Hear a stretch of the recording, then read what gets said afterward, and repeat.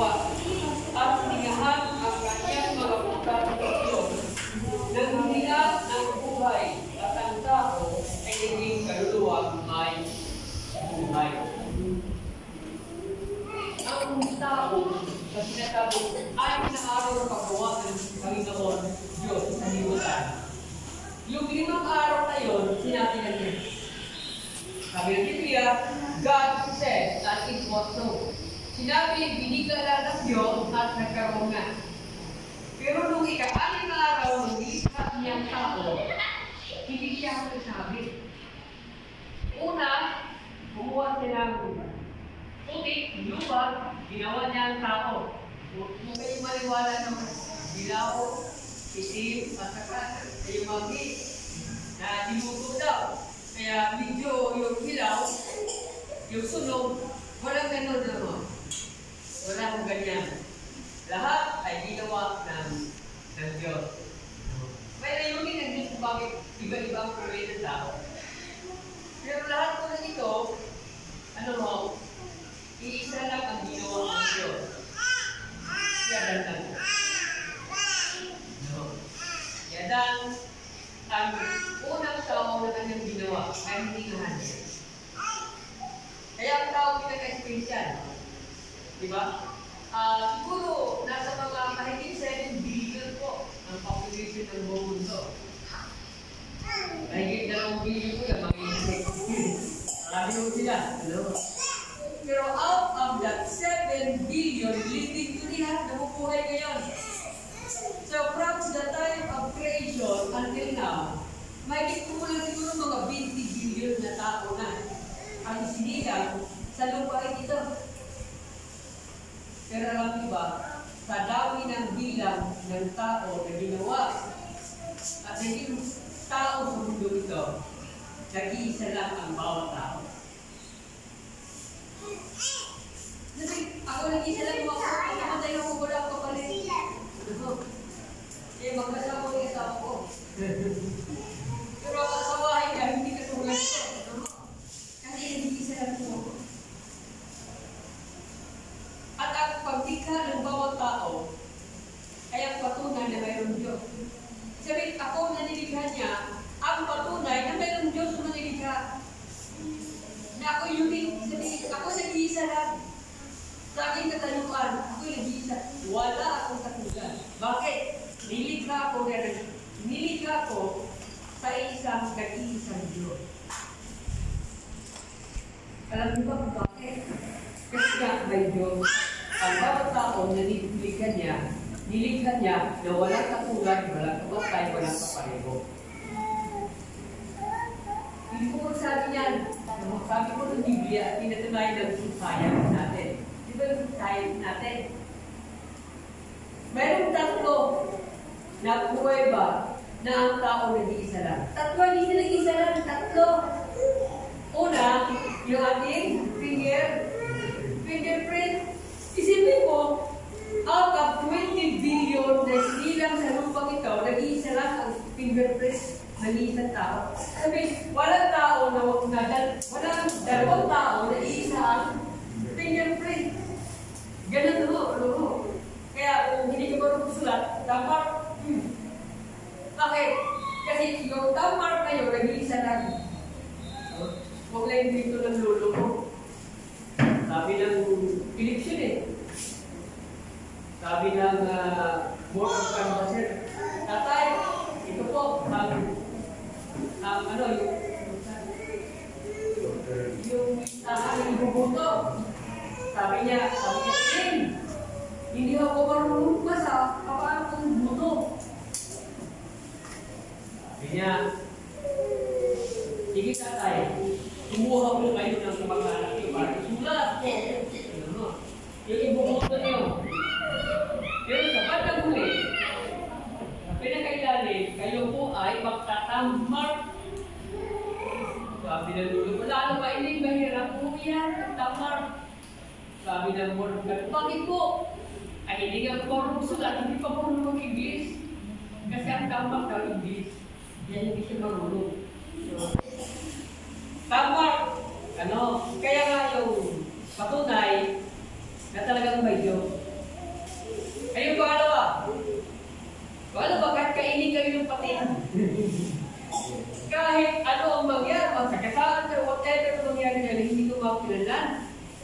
Pero dahil sa siyensya, malalaman mo ikaw pa rin.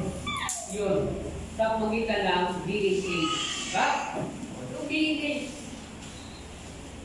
Yan ay patunay na ikaw po, alam mo, ay ikaw yun. Kahit kapirahan mo na lang na buto ang matira sa iyo, mapapatunayan pa rin na ikaw ang tao yun. Dahil nag-iisa lang po ang bawat DNA ng bawat tao sa mundo ito. Malawa na ano? Ang pangatlo. Yung pangatlo, ito yung sinasabi natin, the safest security system in the world today. Yung pinaka-safe na security system, yung eye print, yung print na mata.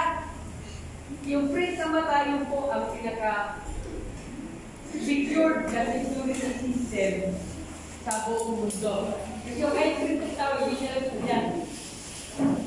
Pagkapunta na tayo sa mundo, malaking building, yung malaking kumpanya, na hindi na tawag yung ginagawa ko, compressive ka, option. Bakit? Kasi pwedeng dayaan eh. Pwedeng dayaan eh. Paano ko yung mga pelikula, yung mga James Bond, na ginagaya yung mga print. Pero yung eye print, hindi ko yung nagagaya. Wala pang anumang technology sa buong mundo na nagbilang upang gayahin ng eye print ng isang tao. Kaya kung meron kayong bilyones, yan ang sabihin nyo.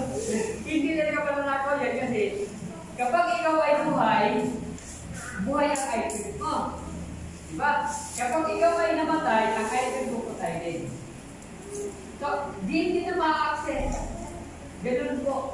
Kaya isipin nyo lang, yung pruweba na ang tao ay ginawa ng Diyos dahil sa kakaibang pagkagawa sa Kanya ng Panginoon Diyos. Kaya tag-iisa ka lang, wala kang katulad, wala kang, sinasabi natin, wala kang kapariya. Bakit? Kasi ginawa ikaw sa nag-iisang Diyos. Kaya, anong dapat natin gawin? Palagahan po ang buhay natin. Huwag natin sayangin ang buhay kasi nag-iisa lang yan. Pag nawala kayo, huwag yung isipin ko lang yung bawal na kita po, di ba tumalo na lang. Nakandito. Pag nawala kayo sa mundo nito, marami po ang maghahanap sa iyo. Ngunit, yun lang, hindi mo na maiwabalik pa ang buhay kasi nag-iisa lang ito. Kaya mahalagaan natin, masaya kaya natin buhay.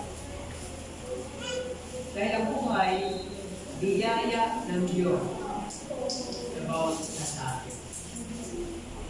So, kahit ano mong problema, ang tao ng tao mong pag-iisip, kahit ano mong problema yan, mas masarap pa rin ang buhay ito, di ba? Hindi sa ang tao na sasabihin, gusto ko na lang mamatay, okay? Wala sa tamang pag-iisip yun. Dahil ang buhay, ang pinaka-yaman natin sa mundo. Kasi pwede kang magbago eh, kung ikaw ang nagbuhay. Kung patay, wala na ho. Wala na ho. Sabi na nila, ang kamatayan ay kang nagpapatay sa lahat ng puri anak ng tao sa mundo ito. Walang mayaman, walang mahirap, walang bata, walang matanda. Walang pangit, walang maganda na. Walang guwapo, walang pangit. Pag namatay, parin mo lang po. Gano'ng magaganda ang kabaong, gano'ng kapangit ang kabaong, nasa ilalim pa rin yan ng lupa. Kaya yun ang buhay. Ang buhay ay biyaya sa atin ng Diyos dahil ang Diyos ay siyang naglikha nito. Buhay ay kakaiba at iba sa iyo. Kaya dapat ka nito pahalagahan. Yun ang buhay natin. Yun na lang, yung kami natin. The other side, yung kabilang bahagi nito. Kasi kung walang buhay, walang kamatayan. Diba? Kung walang kamatayan, wala rin buhay. Kaya ang dalawa na yan, dapat natin may sinihan ng dugo.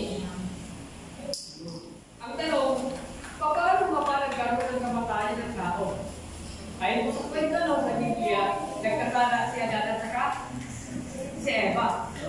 At ang kasalanan nila ay siyang nagdulot na kamatayan. Ang salitang kamatayan or death, ang ibig sabihin ko ng separation, paghihiwalay. So ang ibig sabihin ng kamatayan ay hihiwalay or death means separation. At ang Biblia po ay nagtuturo na mayroon tayo paghihiwalay. Ano mo? Meron tatlong pag-ibig kamatayan, meron tatlong paghihiwalay. Kasi una, sabi ng Biblia, mula sa Kabanata 2, talatang 16 at saka 17 sa Biblia, ito pong nasulat. At iniutos ng Panginoong Diyos sa lalaki na sinabi, sa lahat ng punong kahoy na sa halamanan ay makakakain ka na may kalayaan. 17. Na dapat sa kahoy ng pagkakilala ng mabuti at masama ay huwag kang kakain, sapagkat sa araw na ikaw ay kumain niyaon, ay walang pagsalang mamamatay ka. Nung kinain ni Eva at ni Adan, yung bunga ng kahoy nagbibigay kalaman ng tamang mali. Sabi ng Biblia, sa araw na kumain ka nito, mamamatay ka. Nung kinain nila ang bunga, namatay ba sila? Ha? Hindi ano. Pero totoo na namatay mo sila. Yun ang sinasabi natin, meron na tatlo klase. Ang ibig sabihin na namatay paghihiwalay. Ibig sabihin, nung araw na kinain nila, namatay mo sila. Anong klaseng paghihiwalay? Anong klaseng namatayan? Ang tawag po yan, spiritual.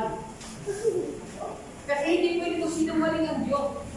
Kasi sinabi na Diyos, sa araw na kumain kayo, mamamatay kayo. Ngunit, ang spiritual na namatayan, hindi ibig sabihin na wala ka ng hininga. Ang ibig sabihin ng spiritual na namatayan, ikaw ay nahiwalay sa Diyos. Sabihin si Adan sa Eva, nahiwalay sila sa Diyos. Baka physically, humihinga sila, pero spiritually, hiwalay sila sa Diyos. Yun ang sabihin, unang ibig sabihin na spiritual na metod kamatayan. So, nahiwalay sila sa Diyos dahil sa kanilang pagkakasala. Kasi ang Diyos ay magsinungaling. Yung sinabi niya, sa araw na mamamatay, sa araw sa kumain kayo, namatay mo sila. Spiritual po yun. Ito po ang sinabi sa Biblia. Mula sa talata sa Isaiah. Babasahin ko na po. Mula sa talata ni Isaiah.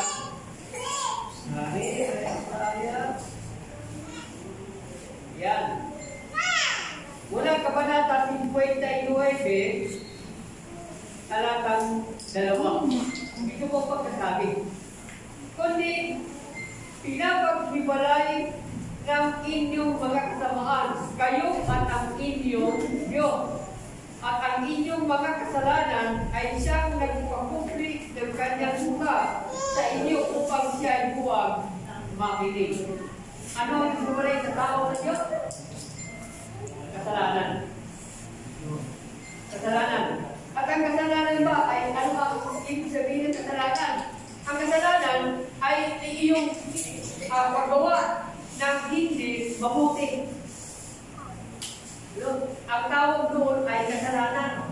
Yung pag-iisip ng masama, yung pagsabi ng masama, ang tawag ko doon ay kasalanan. Sa palagay niyo kaya, sino ang tawag ng kasalanan?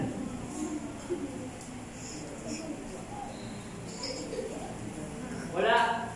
Bakit po? Ito po sabi ng Biblia. Mga taga-Roma, 5